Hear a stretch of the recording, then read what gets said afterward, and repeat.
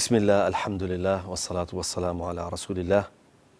ربي اشرح لي صدري ويسر لي أمري واحلل عقدة من لساني يفقه قولي. خۆشەویستانم خۆشحاڵم کە لە ئەڵقەی ژمارە 56 بە خزمەت ئێوەی خۆشەویست گەشتمەوە لە بەرنامەی نووسین و یادەوەری لەگەڵ جەنابی مامۆستا عەلی باپیر لە کتێبی تەوژمی ئیسلامی و ئەلمانی خاڵە هاوبەش و جیاوازەکانیان لەگەڵ ئێوەی خۆشەویست بەردەوامین. تەمەناوەکەن کە ئینشاءڵڵا ئەوەی کە ئێمە ئەیڵێن ئەو پرسیارانە منی کەم و ئەو وەڵامانەی کە جەنابی مامۆستا ئیداتەوە سوودی بۆ ئێوە هەبێ بە دڵنیاییشەوە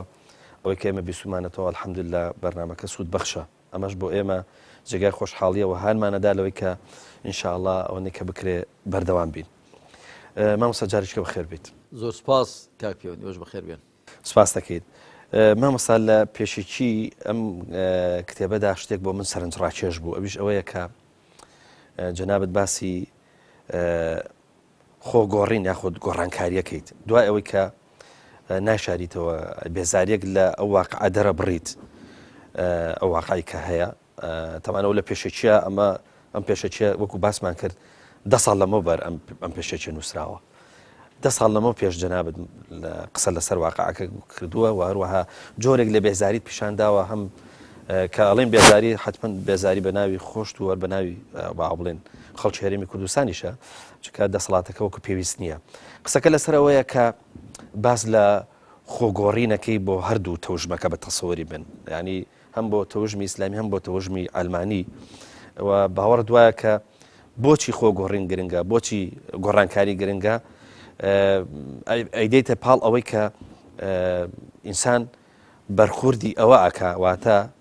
ئەوەی کە لە کایکا بە بیر و بۆچوون ئەیکا بە تەسەوور ئەیکا بە فکر، ئەگەر ئەمە نەگۆڕێ لە ناوسەریا حتمما سلوکیشی ناگۆڕێ، کار و کردەوەکانیشی ناگۆڕێ. بۆیە داوای ئەم جۆری گۆڕانکاریاکەی ئەگەر چی ئەم پرسیارە لە پرسیارەکانی ڕابردووە چیە، بەڵام بە دیاریکراوی لەسەر ئەو بەرخورد و لەسەر ئەو شێوازی گۆڕانکاریە مامۆستا ئێستا تۆ هیچ بەدیەکەیت. الحمد لله وصلى الله تعالى وسلم وبارك على رسول الله محمد وآله المهتدين بهداه من الصحب والأزواج والقرابة والتابعين لهم بإحسان إلى يوم لقاء الله. ربنا آتنا من لدنك رحمة وهيئ لنا من أمرنا رشدا. کاک پێوەند لە ئەڵقەی پێشوشدا وەکو جەنابیشت ئاماژەت پێدا پرسیارێکی لەو جۆرە کرا. من پێم وایە لە قەدەر پێویستی ئەم قۆناغی ئێستایی ئەم خەڵک و کۆمەلگای ئێمەی پێدا ڕەت دەبێ کە قۆناغێکی زۆر هەستیارە و قۆناغێکە زۆر هاندەرە بۆ ئەوەی خەڵکی ئەم وڵاتەی ئێمە زیاتر لێک نزیک بێ، زیاتر لێک تێبگا، پێک ئاشنا بێ، بۆ ئەوە کە پێکەوە هاوکار بێ لەسەر خاڵە هاوبەشەکان. کە من لەو کتێبەشدا باسم کردووە ئێمە خاڵی هاوبەشمان بە تەوژمی ئیسلامی و ئەلمانیەوە، کە من دیارە مەبەستم لە تەوژمی ئیسلامی پێشتری باسمان کرد، واتە هەموو ئەوانەی کە بە شێوەیەک لە شێوەکان ئیسلام تەبەنی دەکەن وەکو بەرنامەی ژیانیان، و تەوژمی ئەلمانیش واتە هەموو ئەوانەی کە غەیری ئیسلام تەبەنی دەکەن، مەبەستم پێ هەموویانە بە هەموو جۆرەکانیانەوە. جا چ بڕوایان بە ئیسلام هەبێت وەکو پەیوەندیی ڕوحی نێوانی مرۆڤ و خوش، کەسێک پەیوەندی بە بڕای بە ئیسلام هەبێت وەکو بەرنامەی ژیان نابێتە ئەلمانی، نابێتە سیکۆلاریست. چ بڕوان بە ئیسلام هەبێ ئاوا وەکو پەیوەندی نێوانی مرۆڤ و خوا، چ بڕاشیان بە ئیسلام نەبێ و ملحید بن، هەر شتێک بن، گرنگە مادە مرۆڤن لەم وڵاتەدا ئێمە هەر دەگونجێ خاڵی هاوبەش لە بین خۆماندا بدۆزینەوە. من ئاماژەم بە هێندی لە خاڵە هاوبەشەکان کردو، هەم لە پێشەکیەکەدا هەم دواتر، کە بۆ وێن ئاوێدانکردنەوەی ئەم وڵاتە بەرەو پێشبردننی ئەم کۆمەلگای خۆمان لە ڕووی فیکری و زانستیەوە، بۆ وێنە ڕاستکردنەوەی ئەم خەڵک و کۆمەلگای لە ڕووی ڕەوشت و بەهاکانەوە، بۆ وێنە چاکسازیکردن لە ڕووی ئابووری ژیان و گوزەرانەوە، زیاتر چەسپاندنی دادگەری، لابردنی گەندەڵی ستەم و ئەوانە، لە ڕووی ئیدارە و بەڕێوەبردننی وڵاتەوە زیاتر بەشداری پێکردنی خەڵک و جەماوەر کە لە ئەسڵدا حکم و دەسەڵاتی خەڵک و جەماوەرە دەبێت خەڵک و جەماوەر خەڵکێ دەکاتە نوێنەری خۆی کە لە ڕوانگەی ئیسلام و شریعەتی بەسەردا پیادە بکەن و لە ڕوانگەی سیکۆلاریزم لە ئەسڵدا هەموو خەڵک خاوەنی حکم و دەسەڵاتە جا ئێمە هەر بۆ کارکردن لەسەر ئەو خاڵە هاوبەشانە پێویستیمان بەو هەیە پێک ئاشناوی لێک تێبگەین بۆیە دەڵم وەڵامەکەم ئەوەی دەڵم نەخێر بەداخەوە وەکو پێویست نەبووە و من ئێستاش گلەیەکی خۆم دووبارە دەکەمەوە یعنی ئینسان خۆش نییە باسی شتی خۆی بکە بەڵام من بەنسبەت ئەم کتێبەوە 10 ساڵ لەمەوە پێش خۆ بەنسبەت کتێبەکانی دیکەمەوە یعنی 20 ساڵ لەمەوە پێش هەرچەند کتێبی چەند مەسەلەیەکی باوی سەردەم تا ئێستا 6,000 چاپ کراوە و تەرجەمەی عەرەبی کراوە بە عەرەبیش 2,000 چاپ کراوە تەرجەمەی تورکی کراوە تەرجەمەی فارسی کراوە واتە زۆری لێ بڵاو بووەتەوە نی بە کوردی ڕەنگە 15,000 نسخەی لێ بڵاو بێتەوە چکە جارێ 30,000 نسخەی لێ چاپ کراوە بەڵام من وەک پێویست ئەو دەست پێشخەریەی بڵین کە بەندە کردوێتی خۆ بەندە خۆ بە ناوی شخصی خۆمە نەم کردو یعنی وەکو مرۆڤێک کە لە وڵاتەدام و هەڵگری ئیسلامم ئاوا کردوومە و من لە نەکرد لەم کتێبەدا لە هیچ کام لە کتێبەکاندا باسی حیزب شتم نەکردووە باسی ئیسلاممان کردووە باسی کۆمەلگا دەکەم و ڕوو دەکەمە کۆمەلگا هەمووی و من زۆر جا کتێبەکانی خۆم بە دیاریش ناردوون بۆ زانیاری جەنابەت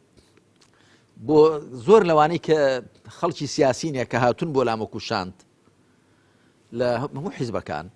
مەگەر چۆن دەنا کەمتر وە بۆ شاندێک بێ بۆ لام لەو کتێبانی خۆم بە دیاری نیان دەمێ وە جارێ بۆ نووسەرەکان ئەوانەی کە نیان بینم وەکو شاندی سیاسی نیان بۆ من ناردوون هەڵبەتە ڕەنگە هەش بێ بۆ منە ناربێت و کەم تەرخەم بووم بەرامبەری بەڵام خۆ دەتوانم پەیدایان یعنی من کتێبی زۆر لەوانە پەیدا دەکەم دەخوێنمەوە ئەی بۆشم نەنێرە ینی بزانام خۆ خەڵکە چی دەڵێ وەڵاهی ئێستاژ من ئەو گلەیە خۆم دووبارە دەکەم و جارێکی دی پێم خۆشە بزان ئێمە چی دەڵێین ئێمە جارێ وای جێی لەوانە قسە دەکا باسی ئیسلام دەکا یا باسی شتێک دەکا یا باسی لە ئیسلامیەکان دەکات تەوژمی ئیسلامی دەکا زۆرم بەزەی پێدا دێ دەڵێمە ئەگەر فڵان کتێبێ منی خوێندبایەوە لە سوچی چێ کتێبەدا ئەو قسانەی هەموو لە کۆڵ دەبوونەوە وەکو جارێک من لەگەڵ بەرپرسێکی یەکی لەلایەنە سیاسەکان دانیش بووم لە بیرۆریەکانی خۆم داناوم هێناوە دانیش بن ئەویش دیار بوو تۆزە بە عاتیفەوە قسەی کرد بە هەڵچوونەوە ئەمیش بە ئارامی گوێم بۆ گرت و دوای ئەوەی کە قسەکانی تەواو کردن وتم تەواوی گوتی بەڵێ وتم جاگەر تۆزە گوێت بۆ من گرت ئەو قسانە هەموو لە کۆڵ دەبوونەوە وتی یعنی چۆن ئەی وتم خۆ تۆ جا لە من حاڵی نەبووی یاخوا من چ دەڵێم وتی بۆ تۆ چ دەڵێ وتم دەڵێم ئاوا و ئاوا و ئاوا ئەی وتۆ لە ڕاز دەکەی یعنی زانی کە قسەکانی بڵێن نەدەبوو کردبانە زیاد بوون جا من پێمە زۆر قسە دەکرێن ئێستا دەربارەی تەوژمی ئیسلامی و دە ئیسلامیەکان چیان لێ دێ و ئیسلام چ دەکا و ئیسلام چۆنە و وەڵا ئیسلام داعشی بەرهەم هێنا و ئەها ئیسلامیەکان ئەگە دەسەڵاتیان بێ هەموو دەبن داعش و ئەها فڵان کەس قسانە چی سنینە و قسانە چێ لەبارەی داعشەوە کتێبی نووسی تەماشا بکە من هەڵوەشانە و پەڕگیری ئەو کتێبەی بەندە بە کوردی 2,000 چاپ کراوە بە عەرەبی 2,000 چاپ کراوە جارێک لە قاهیرە جارێک لە لەندەن بە ئینگلیزی تەرجەمە کراوە بڵاو کراوەتەوە بە تورکی تەرجەمە کراوە بڵاو کراوەتەوە بە فارسی 2,000 چاپ کراوە ئێمە باسی ئەوەمان کردووە کە گوتومە پێناسەی تیرۆر ڕێک بەسەر داعشدا دەچەسبێت وە لە سایتەکەی خۆم وێڕای ئەوەی کە کراوە بە کتێب هەر گەرما و گەرم لە گەرمەی کە داعش هەبوو لە سایتەکەی خۆم بە مەقالە بە وتار بڵاومان کردەوە ئێ باشە تۆ ئێستاش لەگەڵدا بێ ئەمجا لە من جارێک بەرپرساندی ئەم وڵاتە یەکێکیان ئەو وەفدێک بوو هاتبوو لەوتیان فڵان کەس گوتم بڵێ وەڵای بۆمان دەرکەوتوو کە داعش زۆر ڕقی دەتەوە گوتم بۆ وتیان وەڵا لە مجەلەی دابەقدا گوتویانە فڵان کەس هەر چەند کاتی خۆی مجاهید بووە بەڵام ئێستا خوێنی حەڵاڵە لەبەرەوە کە هەڵگەڕاوەتەوە لەبەرەوە کە مامەڵە دەکات لەگەڵ واقع سیاسیەکەی هەرێمی کوردستاندا وتم لەبەر ئەو وتی بەڵێ پێغەمبەر صلی الله علیه و سلم کاری پێغەمبەران بۆ مامەڵەیان لەگەڵ واقعی کۆمەلگای خۆیاندا کردووە تەماشا پێغەمبەران عەلەیهیم الصەلاة وەسەلام چی دەڵێن جارێ دیکەش ئەم ئایەتە مبارەکەم هێناوەتەوە خی پەروەردگار هەموو پێغەمبەران کۆ دەکاتەوە عەلەیهیمو سەڵات وەسەلام لە سوورەتی ئیبراهیمدا إذ جاءتهم رسولهم بالبينات فردوا أيديهم في أفواههم پێغەمبەران بە بەڵگە ڕۆشنەکان و هاتن بۆ لایەن بەڵام ئەوان دەستیان بەدەمیانەوە نا دوایی دەفەرمێت دیالۆگێکیان لە بیندا دروستەکە هەموو پێغەمبەران عەلەیهیمو سەڵات وەسەلام و هەموو خەڵک و کۆمەڵگایەکان دوایی دەفەرمێ پێغەمبەران فەرموویان وەلەنەصبیڕەنە عەلا ما ئاذەیتمونا هەرچەندە ئەزیەتمان بدەن هەر خۆڕاگر دەبین وعلى الله فليتوكل المتوكلون با پشت بەستوان تەنیا پشت بەخوا ببەستن ئەوە منطقی پێغەمبەران ئاوایە خۆراگر دەبین هەر لە دەمێنین لە کۆمەڵگای خۆماندا ئەوان دەڵێن چیت وقال الذين كفروا لرسلهم لنخرجنكم من قريتنا أو لتعودن في ملتنا أو منطقي أهل كفرة لە شاری خۆمان دەرتان دەکەین شار بە دەرتان دەکەین یان دەی بگەڕن سەر بەرنامەکەی ئێمە پێغەمبەران عەلەیهیمو سەڵات وەسەلام پەیامێکی تازەیان بۆ هێناون کە هەمویان برابن پێکەوە تەبابن یەکسانی هەبێ ئازادی هەبێ دادگەری بچەسپێ بەڵام ئەوانە کە بەرژەوەندیان بە پێچەوانەی پەیامی پێغەمبەران بۆ دابین بووە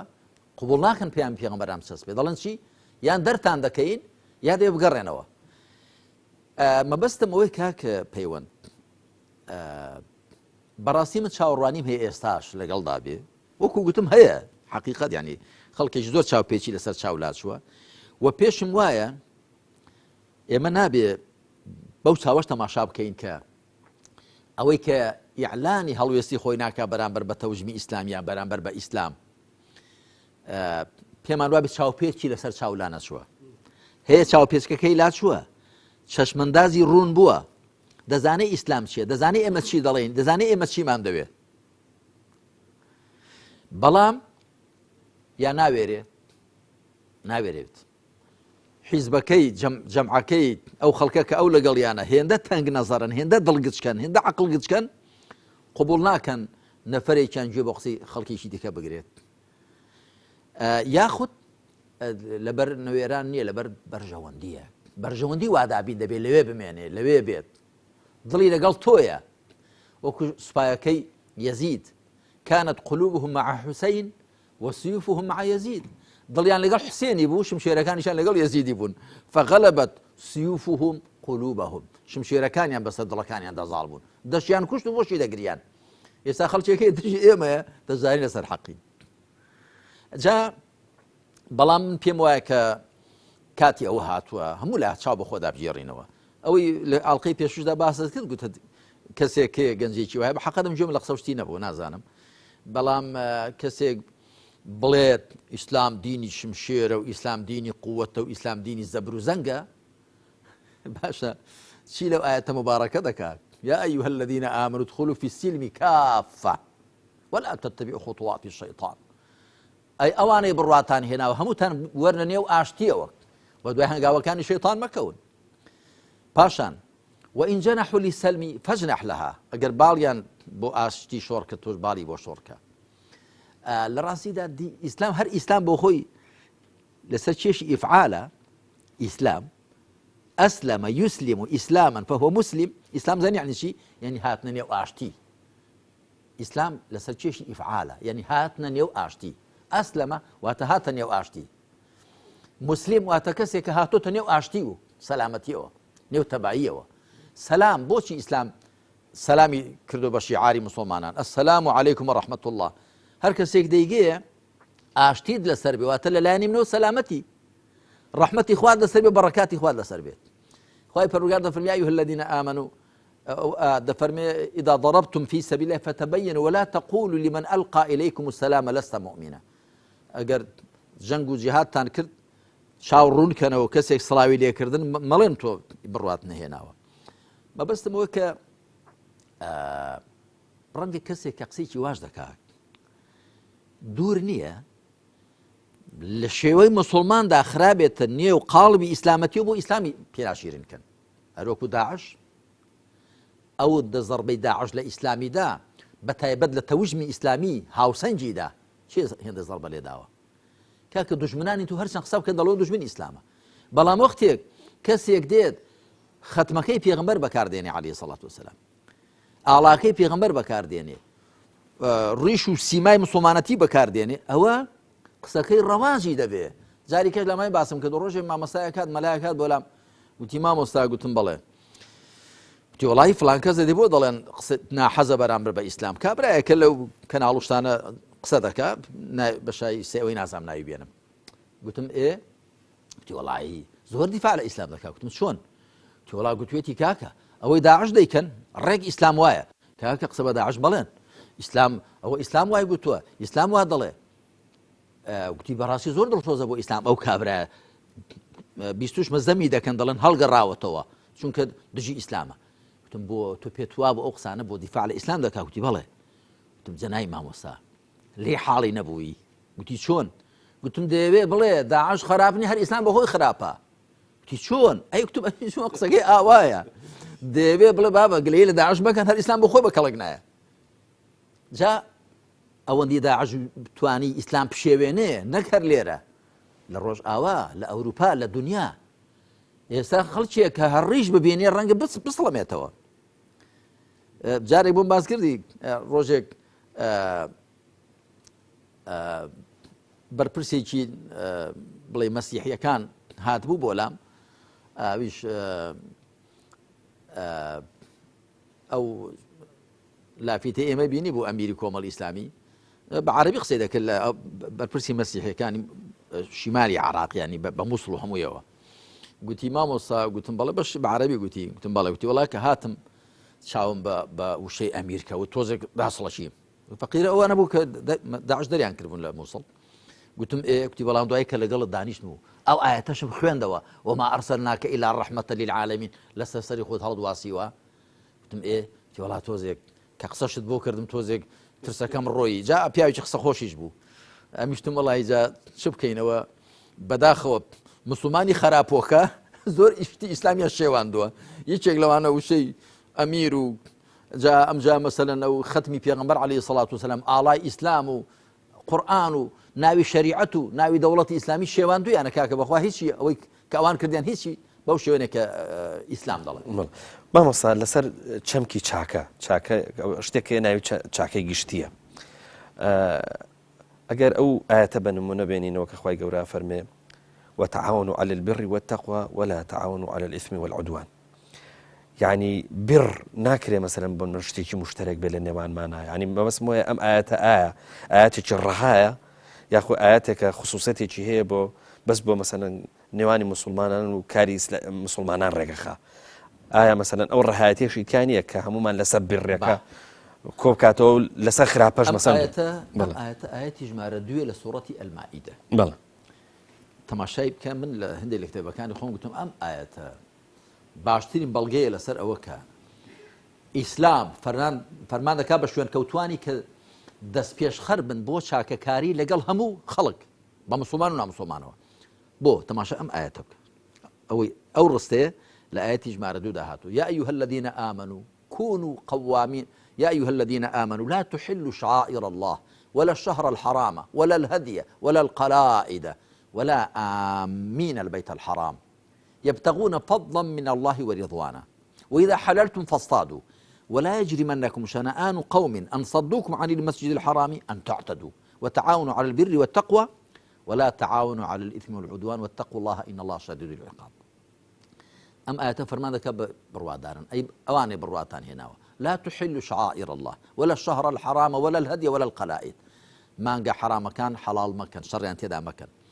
هروها قلائد أمجا ودوايد فرمي أو قربان يعني كده هندرين بو عمره وحج للاني شيوة للاني نا مسلمانان هو دوايد فرمي ولا آمين البيت الحرام يعني ولا قاصدين البيت الحرام أو أن رود كان بيت الحرام لمشرك كان نشن شر يعني بيبفر شريان لي بقرن دوايد فرمي ولا يجرمنكم شنآن قوم أن صدوكم عن المسجد الحرام أن تعتدوا بەڕقەڵسانتان لە کۆمەڵێک کە ئێوەیان لە مزگەوتی حرام جێراوەتەوە واتان لێ نەکە ئێوەش ئەوان بجێڕنەوە ئەوان خراپەیان ئێوە خراپە مەکەن مشریکەکان وەختی خۆی پێغەمبەر و عەلەیهی سەڵات وسەلام هاوڵیان نەجێڕا لە مزگەوتی حرام لە ساڵی شەشەمی کۆچی کە چوون بۆ عومرە جێڕایانەوە کە سوڵحی حودەیبیەی لێکەوتەوە خوا دەفەرمێ ئێوە بە خراپەیوان مەکەن دوایی دەفەرمێ وتعاونوا على البر والتقوى تعاونوا لەسەر کێشی تەفاعولە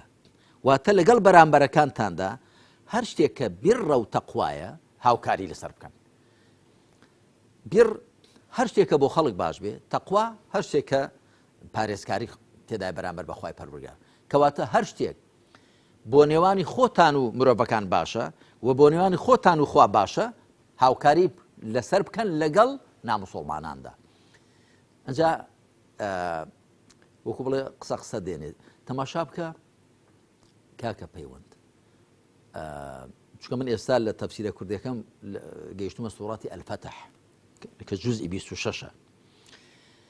لە سوڕەتی فەتح کە خوای تەعالە دەفەرمێ ئینا فەتەحنا لەکە فەتحا مۆبینە، ئێمە سەرکەوتنێکی ڕوونمان بۆ تۆ ڕەخسان. دەزانی مەبەستی پێ چییە؟ سڵحی حودەیبیە. بۆ ئیسلام بە ماوەی 13 ساڵ لە مەککە، 6 ساڵیش لە مەدینە، ئەوە چەند؟ ئەوە 19 ساڵ. چونکە لە ساڵی شەشەمی کۆچیدا سڵحی حودەیبیە بوو،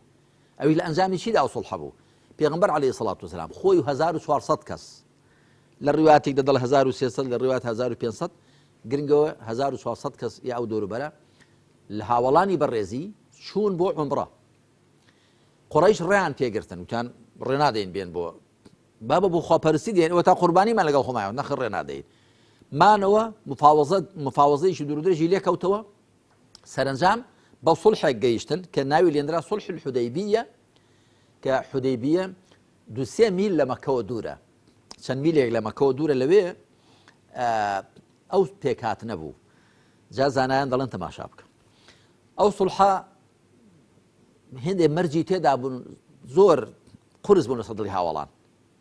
یەکێک لە مەرجەکان دەبێ ئەم ساڵ بگەڕنەوە نێن بۆ زیارەتی کابە. یەکێک لە مەرجەکانەوە کە هەر کەسێک لە ئێوە هەڵگەڕایەوە ئێمە ناینێرین بۆ نێوتان، بەڵام هەر کەسێک لەوان مسڵمان بوو دەبێ مسڵمانان بینێرنەوە بۆ لایەن. یەکێک لە مەرجەکانەوە بوو کە نابێ بنووسن بسم الله الرحمن الرحیم، یەکێک لە مەرجەکانەوە نابێ بنووسن محەممەد ڕەسوول الله. دوایی یەکێک لە مەرجەکانی ژۆ تا 10 ساڵان شەڕ نەبێت. 2 ساڵ قوڕەیش خۆیان ڕاگرت ئەو پەیمانە نەشتێنن، 2 ساڵ لە ساڵی شەشەم تا ساڵی هەشتم.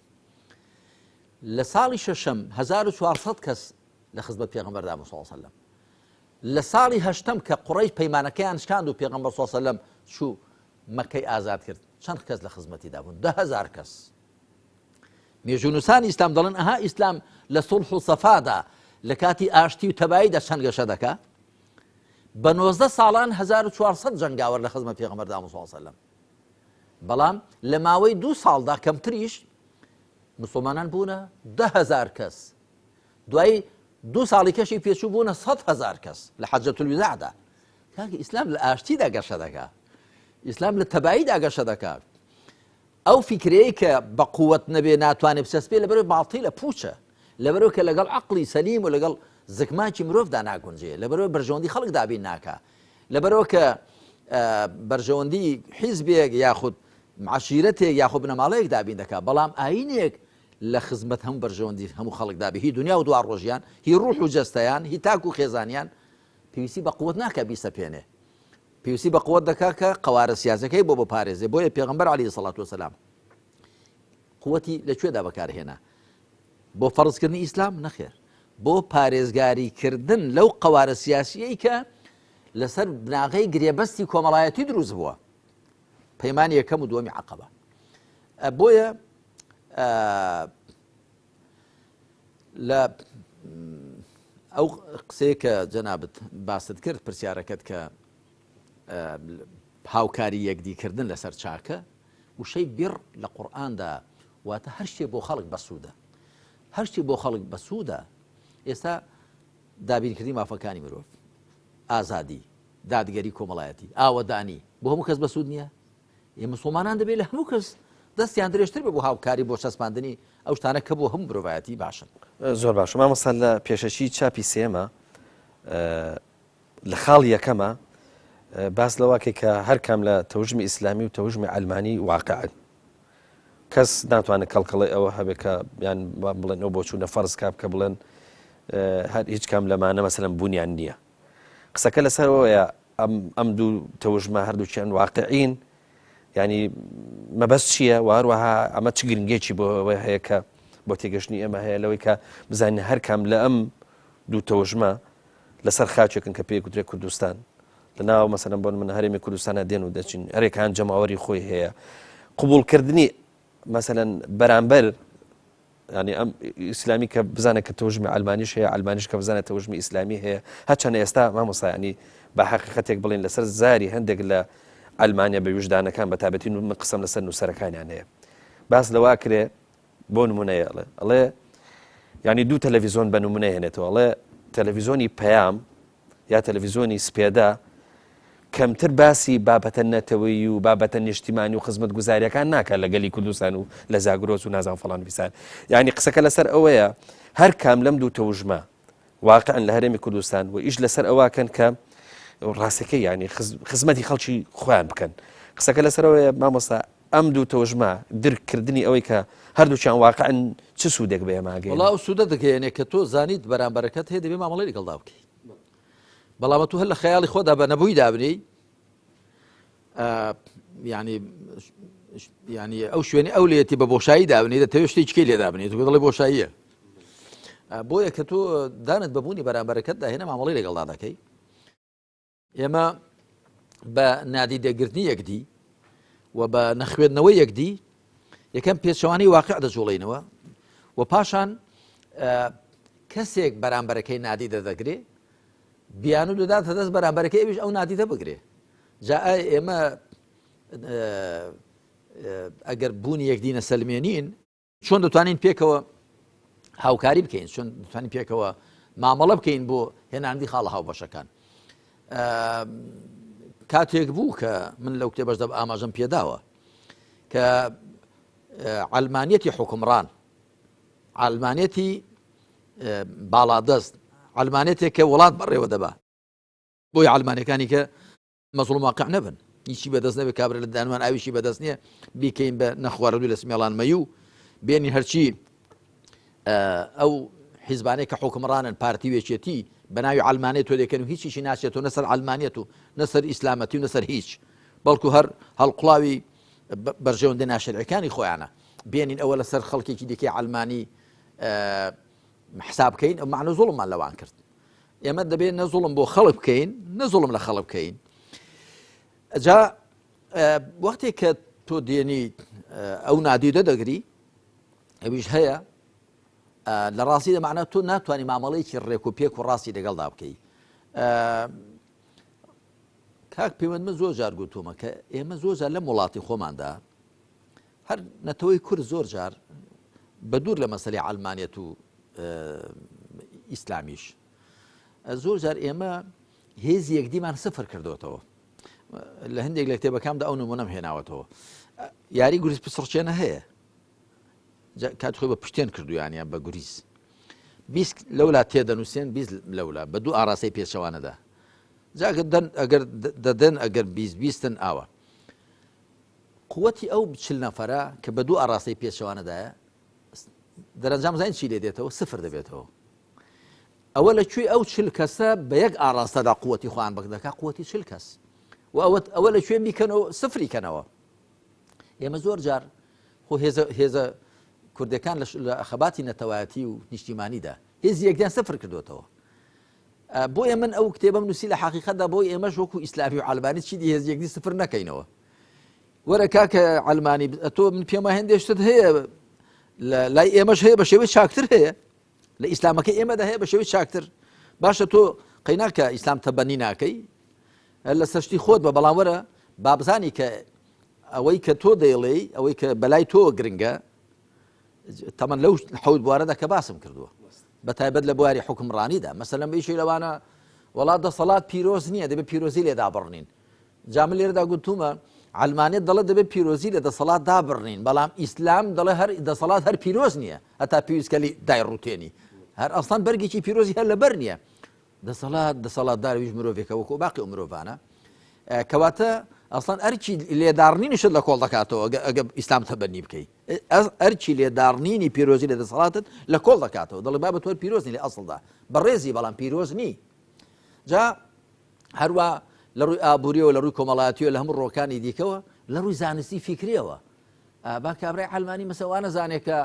جارێ ئەسڵان وابزانانی ناوەکەی عیلمانیە علمانی نییە با بە مڕاجعی ناوەکەی خۆت کۆ تۆ لە سیکۆلاریزم یعنی علمانی دنیەوی چ علاقی بە عیلمەوە نییە عیلم ساینتیزمی پێ دەڵێن تۆ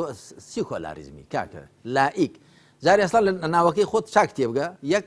دوو وا مەزانە کە بەرامبەرەکانی تۆ وڵا بە دوای ئەفسانە کەوتون و بە دوای پێچەوانی عەقڵ و نەخێر ئەوەندی ئیسلام باس 750 جار وشەی عیلم لە قورئان دەهاتووە لە 50 شوێندا زیاتر خوایتە لە باسی عاقڵمەندان و بیرکردنەوە و خاوەن هۆشان دەکا دەفەرمی ئەم دینە بۆ کەسانێکە کە بفامن ئەم کتێبە کەسانی لی تێدەگەن کە ئەهلی عیلم بن ئەهلی عەقڵ بن تۆ لەکوێ هێنا ئەو بەرچەسبە لە خۆڕ بەرامبەرەکەتیوە دەنووسێنی وڵا ئیسلام بڕای بە عیلم نییە یەکەمین ئاەت کە دابەزێەوە بۆ پێغەمبەر صلی الله علیه وسلم دەفەرمی ئیقرا بۆ پێغەمبەرێکە بۆ خۆی خوێندن و نووسینی نەزانیوە و لە نێو کۆمەڵێکدا هاتووە کە خوێندن و نووسینیان نەزانیوە بەگشتی مەبەستمەوەی کە لە هەر ڕۆکانی دیکەوە کە کابرا تۆ بناسێ وەکو خۆت ئەوە دەبێت هاندەری کە لێت بێتە پێشێ وەکو گوتم بە مەرجێک هەوا و ئارەزوو و بەرژەوەندی ناشەرعی ڕێی لێ نەگەر بێ دەست و پێی نەبەست بێ هەیە بەرژەوەندی ناشەرعی هەوا و ئارەزوو و ڕێگوناح بۆ تەخت و ئاسوخ بوون دەستی گرتووە ئەگەر بێت ئیسلام تەبەنی بکات بە دوای ئیسلام کەوێ کاکە ئیسلام ڕێی زینای نادا ڕێ شەرابخۆری نادا ڕێ قومارکردنی نادا ڕێی زوڵمی نادا ڕێی خۆسەپاندنی نادا ڕێی ئەوەی نادا بڵێ هی خۆم بۆ خۆمی تۆش دەخۆم ڕێی قۆرەخکاری نادا ڕێی گەندەڵی نادا دەست و پێی دەبەسێ لە بەرامبەر زوڵم و ستەم و خراپەدا بۆیە ڕووی تێ ناکات مامۆستا ئەوەی کە لە ڕابردووە ڕوویدا ئەو دایلۆگەی نێوان تۆ بەڕێز کاک مەلا بەختیار ینی بە شکۆ ناوی بێنین قسەکە لەسەرەوەیە ڕنگدانەوەیکی باشی هەبوو سەراحەت ینی چ بۆ تەوژمی ئیسلامی چ بۆ تەوژمی علمانی قسەکە لەسەرەوە مامۆستا بۆچی ینی ئەم بابەتە ینی ناتوانین مەسەلەن بۆ نمونە دووبارە بێتەوە ینی بۆچی ئەم بابەتە بە سوودانە کە مەسەلەن ئاستی گوێگرتنێکی زۆری هەیە ئاستی بینێکی زۆری هەیە بۆچی ئەمانە لە ئاستە سیاسەکە لە ئاستی کەسایەتە سیاسەکانە لە ئاستی کەسایەتە شارەزاکانە جەنابەت وەکو ڕەمزی ئیسلامیەکانی کوردستان و کاک مەلا بەختیاریش ڕێک وەکو ڕەمزە ئەلمانیەکان لە هەرێمی کوردستانە بەشداری دایلۆگێکتان کرد و ئاستێکی زۆر گەورەی بینینیش هەبوو مامۆستا بۆ ئەمانە دووبارە نابنەوە یان مەسەلەن بۆ منە بۆ ئەمانە بەردەوام نابن ئەم جۆرە لە دایلۆگ لە پێناوی تێگەشتنە بۆی کە قل هاتوا برهانكم إن كنتم صادقين يعني بۆی کە هەر کەسە بورهانی خۆی بێنێ و ئەمە بە تەئکیدیش بۆ هەرێمی کوردستان و بۆ ئاستی جەماوەری ئەمە شتێکی باش هەیە چاو بیرت خستمەوە چونکە ئەو کاتە هەم کاک دکتۆر عادل باخەوان هەم ئەو نووسەرە فەڕەنسیێکە لەگەڵ خۆی هێنابوو ئەو شەر بەرپرسێکی فەڕەنسی بوو ئەو کاتە ئەوان بەڵێنیاندا گوتیان بەشی یەکەمی ئەو دیالۆگە لێرە دەبێ بەشی دومی دەبینە فەڕەنسا کەچی بەشی دومی ئێستاش لەگەڵدا بێت دیار نییەم هەر چاوەڕێ بووم یەک دوو ئێمە ئامادەین بەڵام بۆ خۆ دەزانێت پێویستی بە قەنەعەتی هاوبەشی هەردوو تەڕەفەیە وەکو چۆن کاک مەلا بەختیارە من ێساش دەستخۆشی لێ دەکەم بەڕاستی کە ئەو ئامادە بوو ئەو لە کتێبەکەشدا دەستخۆشیم لێ کردووە چۆ ئەو کتێبە بۆ زانیاری تەرجەمەی عەرەبیش کراوە بزاری کرمانجیش تەرجەمە کراوە و لەژێر کاری ئێستا دەکرد تەرجەمەی ئینگلیزیش بکرێ و تەرجەمەی تورکیش بکرێتوانە و من ئێستاش هەر ئامادەم بەڵام شێوەی ئەوەش ماوەیەک لەمەوە پێش لە کەناڵی ڕوودا و بریفینجێکمان کرد تقریبا شێوەی ئەوە بوو هەرچەندە هەر خۆم قسەم دەکرد و لەگەڵ پێشکەشکاری بەرنامەکە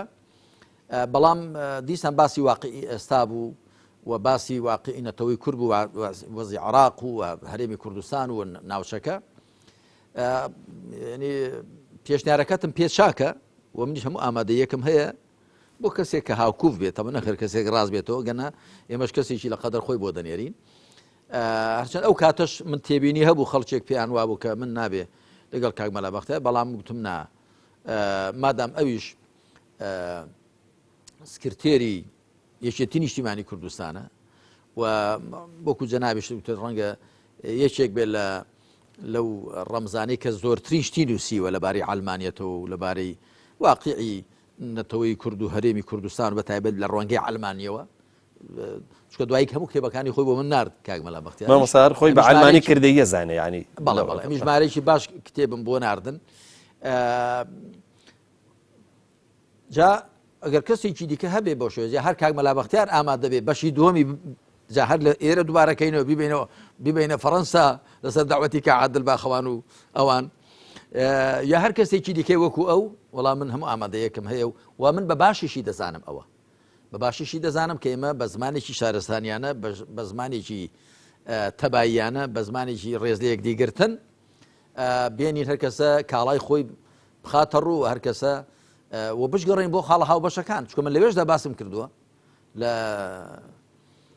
لە دیالۆگەکەدا لە دیپەیتەکەدا باسم کردووە کە ئێمە ئاوا تەماشای ئەو خاڵە دیموکراسی ئەو شتانەی تێدایە ئێمە دیموکراسی یەک دوو تێبینیمان لەسەری هەیە ئەگەنە باشترین شێواز و میکانیزمی حکومڕانی یەک دوو تێبینیمان لەسەری هەیە بەڵام زۆربەی خاڵەکانی کە لە دیموکراسیدا هەن لە ئیسلامی خۆماندا هەن بەڵام باواژ نەزانرێ دیموکراسی لەو کاتەوە کە وەکو زاناوی دیموکراسی بووە بەڵکو شتێکی لە مێژینێ لە مێژووی بەشەردا بەشەر هەروە وڵاتی بەڕێوە بردووە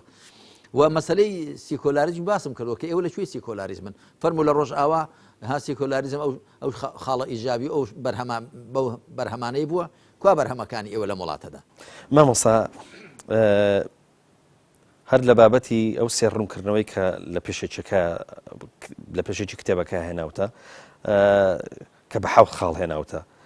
لە خاڵی حوتەمدا نووسیوتە پشگیری لە یەکترکردن لە داڕوخانی ئەخلاق و بەها بەرزەکان بە تایبەت لە نێو توێژی گەنجان قسەکە لەسەرەوەی مامۆستا ئەمە ڕووکەیتە ئەلمانیەکان قسەکە لەسەر ئەوەیە مامۆستا ئەم چاوەڕوانیکردنە لە ئەلمانیەکان لەوەی کە بێن ڕێگە بگرن لە داڕوخانی ئەخلاقی بە تایبەتی لای توێژی گەنجەکان قسەکە لەسەر ئەوەیە ئایا ئەلمانیەکانیش هەڵگری جۆرێک لە مۆڕاڵ و لە ئەخلاقن کە بتوانین مەسەلەن بۆن منە بەیەکەوە ڕێگا بگرین لەو داڕووکان ئەخلاقی ینی ئەوانش خاوەنی یان بە جۆرە لە جۆرەکان هەڵگری ئەو مۆڕاڵە ئەخلاقیێن کە کۆمەلگای کوردی پێویستی پێیەتی کاک پێم تۆ تەماشا بکە ئەلمانیەکان دوجار بەشەرن یان نە بەشەرن مرۆڤ بۆ خۆی کائینێکی ئەخلاقیە کۆمەڵناسان دەرووناسان یعنی مرۆڤ هەر مرۆڤ یعنی بڕای بە کۆمەڵی بەها هەیە یعنی هەموو کەسێک پێی خۆشە ڕێزی لێ بگری بۆیەنە تەقدیری بکەیت هەموو کەسی پێی ناخۆشە قسەی ناشیرنی پێ بڵێ وانە یعنی ئەوە مسلمان بیا کافر بێ هەروایە هەموو کەسێک ئازادی پێ خۆشە ژێردەسەی پێ ناخۆشە هەموو کەسێک حەزی بەدادگەری دێ ڕقی لە ستەم و ژاکاریە هەموو کەسێک ڕازگۆیی پێخۆشە بەرامبەرەکانی لەگەڵ ڕاست بکەن هەموو کەسێک ئەمانەت پارێزی پێخۆشە هەموو کەسێک صفەتی تەواضع و خاکێتی پێ جوانە خۆ بەزلگری پێ ناخۆشە وانە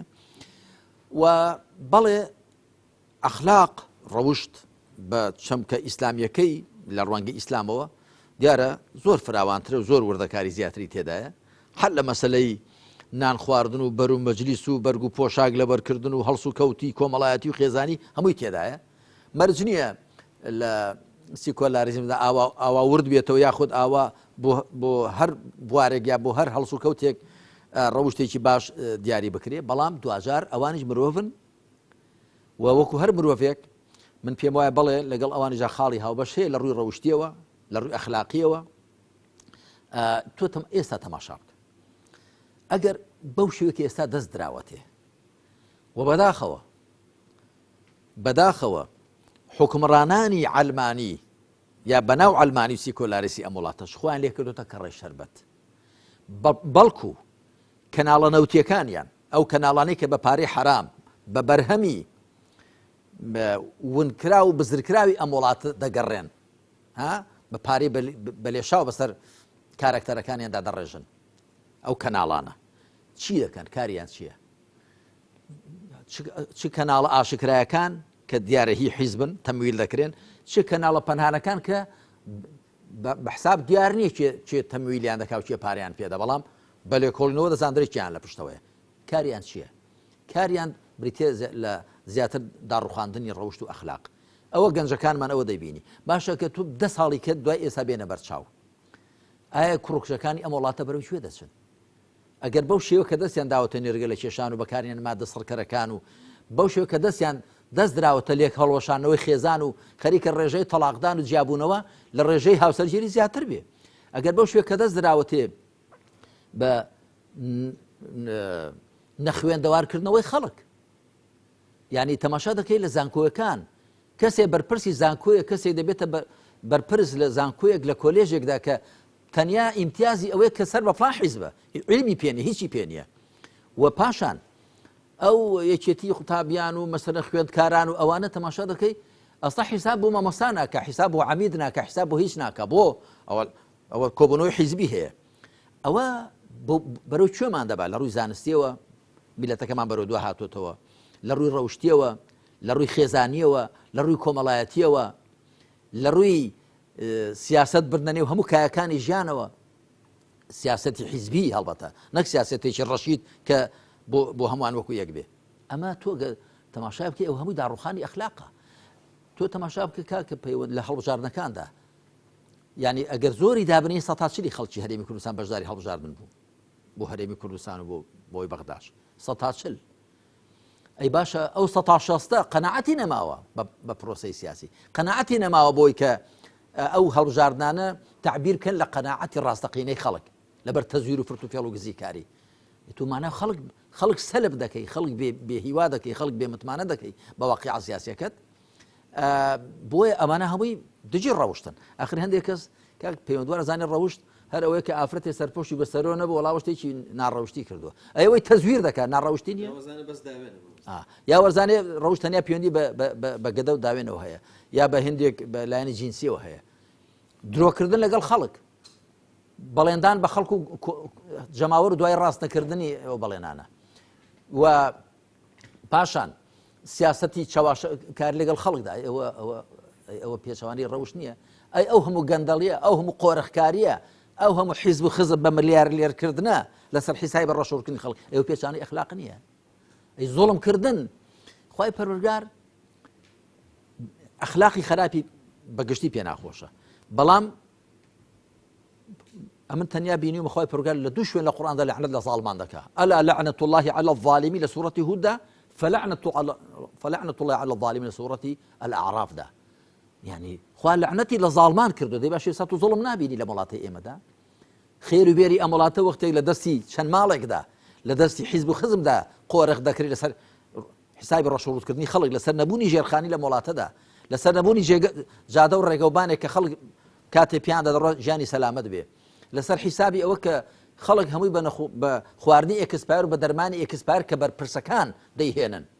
یا ئەو دەوڵەمەندانی کە لەگەڵ بەرپرسەکاندا شەریکە دەزن ئەی باشە ئەوە هەمووی پێچەوانی ڕەوشت نییە ئەوانە گەورەترین ڕەوشت نزمین گەورەترین بێڕەوشتین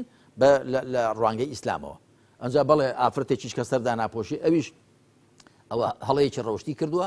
و کەسێکی دیکەش کە شەراب دەخواویش هەڵەیەکی ڕەوشتی کردووە و گوناحێکی کردووە بەڵام هەر ئەوەندە گوناح نین ئەوەش گوناحەکە قوتی ئەو خەڵکە هەمووی هی لە چەند دەستێکدا کورد هەڵبێ ئەمجا کابرا خۆشی بە کوردایەتیش بە خەڵک بفرۆشێ ئەمە خزمەتتان دەکەم خزمەتی چی دەکەی کاکە تۆ هی خۆتۆ بنە ماڵە و حیزبەکەتی و خزمەکەتی کوا خێرت بۆ خەڵک و وڵات بۆیە ئێمە من بانگی سیکۆلاریستەکان دەکەم سیکۆلاریستە نووسەرەکان سیکۆلاریستە ڕۆشنبیرەکان ئەوانەی کە ڕەخنە لە مواقعەداگرن کە بە ناوی عەلمانیەتەوە حکم دەکا و پڕشی کردووە لە زۆڵ مستەم و گەندەڵی داوان لێ دەکەم کە وەرن بە ئەمە یەک بەرە پێک بێنین یەک بەرەی بەرگریکردن لە بەها بەرزەکان لە ڕەوشتە جوانەکان و ڕێگرتن لە ڕەوشتە دزێ و خراپەکان بە چەمکی فراوانی ڕەوشتە دزێ و خراپەکان نەک بە چەمکە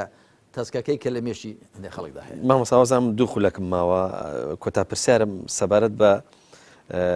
لە خاڵی سێمی ڕوونکردنەوەکەدا گلەیەک لە نووسەرانی ئەلمانیەکەی کە ئەم کتێبەی تۆ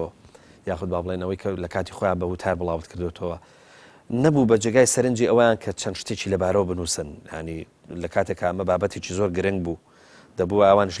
لایەن لێ کردایەتەوە و چاوەڕێ بووی کە بە نووسین مەسەلەن بۆ منە چ بە دەستخۆشی چ بە ڕەخنەگرتن ڕەخنە لێگرتن نووسینیان هەبووە بەس هەتا لە پەراوێزەکەشان نووسیەڵی بوو بە کتێبیش و هێشتا ئەوان هیچیان نەنووسی ینی مامۆستا قسەکە لەسەر ئەوەیە بیر و بۆچوونی ئەوان یاخود تێڕوانینی ئەوان سەبارەت بە بۆچوونەکانی جەنابەت چۆن بە گرنگەزانی ینی چی بایەخێکی بۆ تۆ هەیە وڵای ئەو باخی بۆ من هەیە کە جارێ پێم خۆشە بیا خوێنەوە بەرهەمەکانی من ئەوەی کە بەدڵیان بوو با دەستخۆشی نەکەن ئەوی بەدڵیانە با ڕەخنەی لێ بگرن ئیسیفادەی لێ دەکەم من عاقڵ ئەو کەسێ بە عاقلی خەڵکی خۆی دەوڵەمەندکە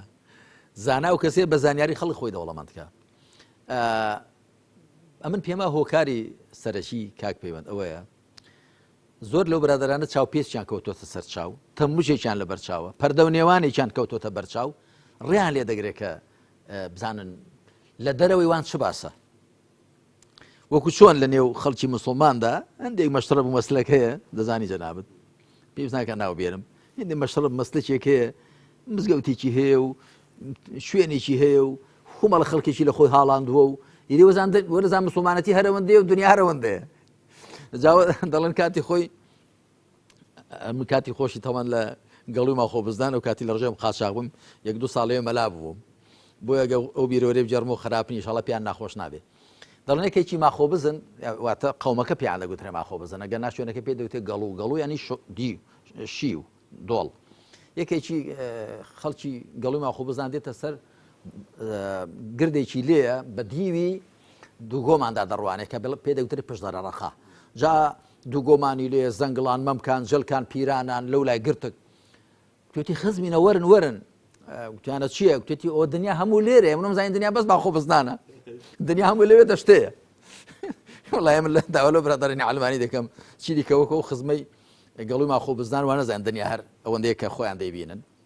جا ئەوەکو گوتم بۆ وانیش وایە بۆ هەندێک خەڵکی ئیسلامیش وایە بۆ هەر مەشرەب و مەسلەکێکە هەندێک خەڵکی لە خۆ هاڵاندەوەکو دروێش و مرید و مەنسوب دروێش بمعنە فراوانەکە ینی هەندێک خەڵکی لە خۆی هاڵاندووە وەرزانێت دنیا هەرەوەندەیە جا ئەوە بۆ لایەنیش ئیسلامیش وایە بۆ مەشتەڕەب و مەسلەکێکی مسلمانانەش وایە بەڵام لێرەدا ڕوم لە عەلمانیەکانە پێم خۆش بوو بخوێنەوە شتی ئێمە کارلێک لەگەڵدا بکەن ڕەخنەی لێ بگرن و ینی منە و چاوەڕوانیم هەبوو کە ینی زانن ئەو شتە ئێمە هەڵسەنجێنن با ڕەخنەی لێ بگرن هەڵبەتە وەکو گوتم ئێستا وردە پێمە ئەوە دەستی پێ کردووە و هیواداریشم ئەوەی کە دەشی خوێنەوە وابێ کە چاکلی تێبگەن وەکو کاک مەلا بەختیار لە دیبەیتەکەدا گوتی وڵات دوێنێ شوێنە خەوتم تا ئەو کتێبم خوێندێتەوە وتم وڵای گە باشی لێ تێگەیبی باشە پێشم خۆش ینی چاکی لێ تێبگەن بای ئەوەندە وای لێ تێبگەن بزانن خاڵە بێهێزەکانی چییە پێم بڵێنەوە ئیسیفادەی لێ دەکەم بۆ چاپەکانی دی ئەم کتێبە تا 3000 چاپ کراوەتەوە بە تەمای چاپی چوارەمیشی بکەینەوە من ئەو چاوەڕوانیم هەیە بۆچی بۆ ئەوە کە ئێمە زیاتر پێک ئاشنابین لێک نزیک بین هەڵبەتە ئەو چاوەڕوانی کە لەوانم هەیە دەزانمانش هەمان چاوەڕوانی لێ ئێمە هەیە و مشتی ئەوان دەخوێنەوە بەڕاستی مەگەر چۆن ئەگەرنە ئەوەی کە گرنگ بکەوێتە بەرچاوم دەیخوێنینەوە لێ تێدەگەین و لە دووتوێ کتێب و تار و شتەکانی خۆم هەوڵی دەدەم کە گەشتێکی هەڵی تێدا بێ باسی کەمە گەشتێکی چاچی بێ هەر باسی بکەین. سوپاس دەکەن بەڕێز مەمەد ساحلی باپیر من سوپاس دەکەم لەوەی کە بە درێژایی 56 ئەڵقا تەنانەت پرسیارێکی منت ڕەت نەکردوێتەوە ینی بۆ نمونام کتێبە چەند ئەڵقەیەکمان کردو هێشتا نەچوینە ناوە ڕۆکی کتێبەکە ینی ئەمانەی ئەم پرسیارەیە کە من کردومە زۆرینەی پرسیاری خارجی کتێبەکە بووە بەڵام ڕۆژە لە ڕۆژان جەنابەت پرسیارێک ڕەت نەکردوێتەوە لەوەی کە جوابی نەدایێتەوە بۆیە منش حڕێتێکی زۆرم هەبوو لە بەرنامەکە من جارێککە لەو بارەیە سوپاس دەکەم مامۆستا وەڵام من سوپاسی جەنابەت دەکەم کاک پەیوەنجا و حەقی خۆتە و من واجبی خۆمە کە شتێکی ژەگەنەی زانم من شەرم ناکەم دەڵم کاک پەیوەند وەڵامی ئەو پرسیارە نازانم سوپاس دەکەم مامۆستا تەواضوعی جەنابتانە و خوای گەورە ئینشاءڵڵا سەربەرز و سەرکەوتوتان کە ئینشاءڵڵا بەڵە خۆشەویستان بەم شێوەیە گەشتینە کۆتایی ئەڵقەی ژمارە 56 تاکو بە گەشتنەوەیکی دیکە هەمووتان بەخوای گەورە ئاسپێرین خواتان لەگەڵ